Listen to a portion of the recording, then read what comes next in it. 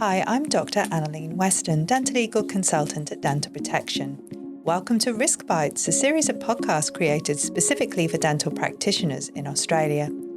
RiskBites looks at the key dental legal risks and issues affecting dental practitioners across Australia and provides helpful advice and guidance on how to steer clear of them, leaving you free to provide safe and high-quality dental care for your patients. In this episode, we're going to be chatting with my colleague and fellow dental legal consultant, Dr Kiran Keshwara, about how to deal with an angry patient. So Kiran, we've spoken to members, some of them who are very upset because they've come across a patient who was very angry or aggressive towards them. And as I'm sure you'll agree, Kiran, we're seeing more and more unhappy patients in our day-to-day calls with members.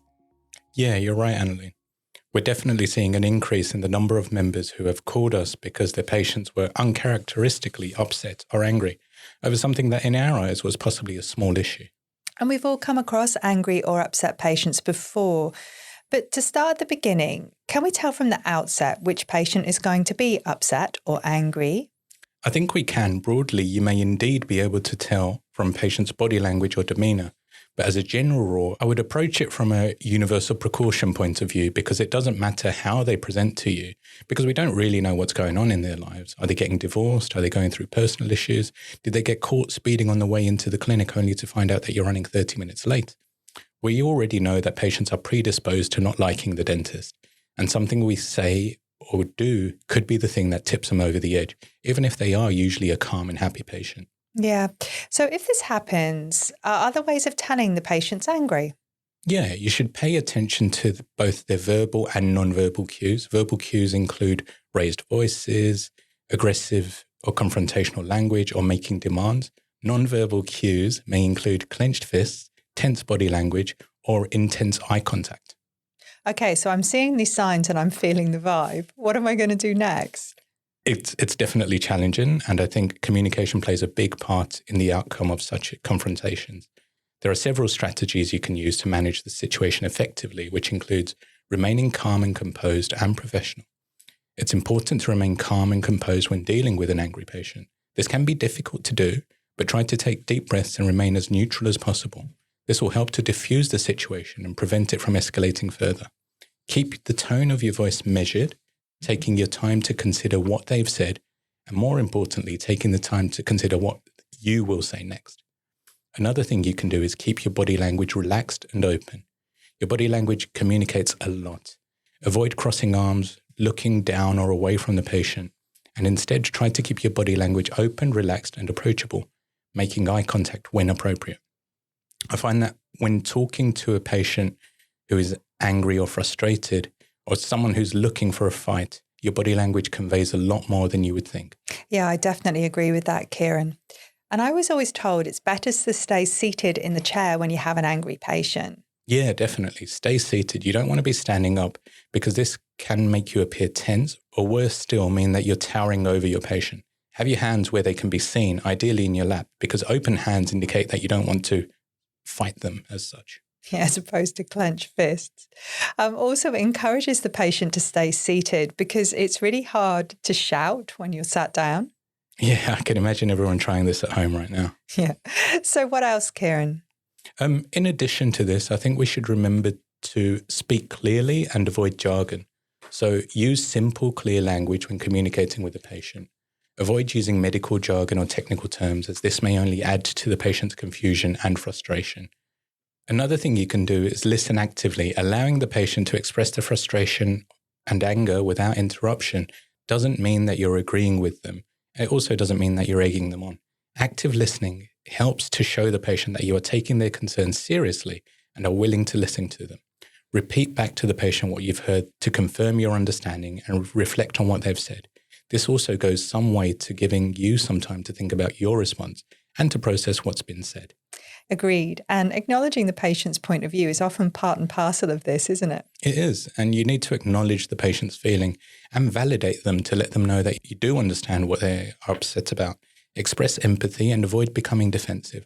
One thing I've learned is that if we say to a patient, so you're feeling X emotion, where X can be angry, frustrated, upset, they will either agree with you and feel heard, or they'll say, no, actually, I feel Y, and then go on to explain why they feel that way. And this, again, helps the patient feel better heard and allows us to get a better understanding of them. It's also important to seek to understand the root cause of the anger. Ask the patient questions to understand what led to their anger. If you can identify the problem, you can work with them to find a solution. Yeah, I think you're right, Kiran. And that's really quite a comprehensive list. Yeah, it is. And one more to add to the list. Remember to offer solutions. Once you understand the root cause of the anger, you can try to find a solution that addresses the patient's concerns. If you're unable to resolve the problem, explain the reason why and offer an alternate course of action. This can be a discussion with a colleague, sending them for a second opinion, or simply saying to them you'll look into things and invite them back in a few days once you've both had the chance to process the interaction and calm down. And if you send the patient away to revisit and review with them at a later date, this also gives you the perfect opportunity to call us at Dental Protection and discuss it with one of the consultants. Yeah, exactly. It's useful to have an independent set of eyes on the complaint, and I would generally counsel against making any offers to the patient without first having had a chat with us. As with anything to do with patients and dentistry, it's very important that you document the interaction with the patient for future reference, as this will help with any potential complaint management. And finally, but probably most importantly, escalate if you feel it's necessary. If you feel that the situation is becoming dangerous or out of control, it's important to seek help from colleagues or security if needed. Yeah, thank you, Kiran. These are really useful tips for something that sadly we're seeing more and more of, and in some cases can be a weekly issue that some of our members are facing. Yeah. It's important to keep in mind, I think, that anger is often a symptom of underlying feelings of vulnerability, fear, or powerlessness, and that understanding the patient perspective and providing emotional support can be key. Yeah. And today we've mentioned several things that can make a patient angry, including frustration, disappointment, and feelings of powerlessness. These feelings may be caused by a variety of factors such as long wait times, poor communication, lack of control over their healthcare, or dissatisfaction with the care that they're receiving. And remember, not every patient that is showing some sign of anger is truly angry. They can be anxious, sad, in pain, and so on. So it's always important to take into consideration the whole context of the patient's condition and situation. For example, if a patient's receiving bad news, such as a diagnosis of a serious illness, they may be more likely to become angry. Similarly, if a patient is in pain or discomfort, they may become more agitated or impatient. Yeah, thanks, Kiran. So for people listening, please remember it's important to remember that communication with an angry patient requires active listening, empathy, patience, and a willingness to understand the patient's perspective, but also we're not in any way suggesting that it's appropriate for you to stand and be abused. No. There may be times where you do need to seek additional help. Yeah, we're not there to be a punching bag for our patients. And remember that sometimes it may be necessary to take a break, and you can always give us a call and be able to talk through the issues with you and discuss what's reasonable and how best to talk to your patient to help diffuse the situation and resolve the conflict with the patient. Absolutely, indeed. And thank you again, Kiran. And thank you all for listening. We do hope this podcast was helpful to you, and we look forward to sharing more guidance with you in the future. If you like Dental Protection podcasts and you'd like to hear more, please subscribe and leave a review.